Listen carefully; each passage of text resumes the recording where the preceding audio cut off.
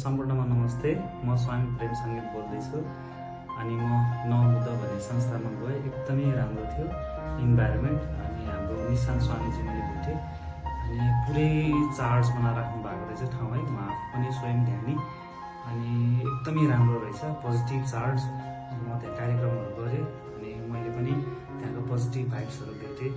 एकदमै मजा आयो। ओभरअल प्रोग्राम दामी नै भयो। म्युजिक, मेडिटेसन, अवेरनेस सबै हामीले राम्रोसँग गऱ्यौँ अनि खानाहरू पनि सँगै खायौँ। धेरै राम्रो नै थियो। म्युजिसियन, उहाँ आफै पनि म्युजिसियन अनि एकदम म्युजिकल माहौल चाहिँ एकदमै राम्रो भयो।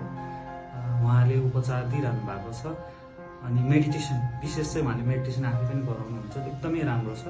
यदि तपाईँको आफ्नो बच्चा, श्रीमान अथवा तपाईँको नजिकको व्यक्ति है, आफ्नो बुवा कोही हुनुहुन्छ भने तपाईँहरूले त्यहाँ ढुक्क भएर राख्न सक्नुहुन्छ। एकदमै राम्रो छ है। ट्रिटमेन्ट चाहिँ चाहिन्छ दुर्व्यसनीलाई, समयमै उपचार दिनुहोला। धन्यवाद।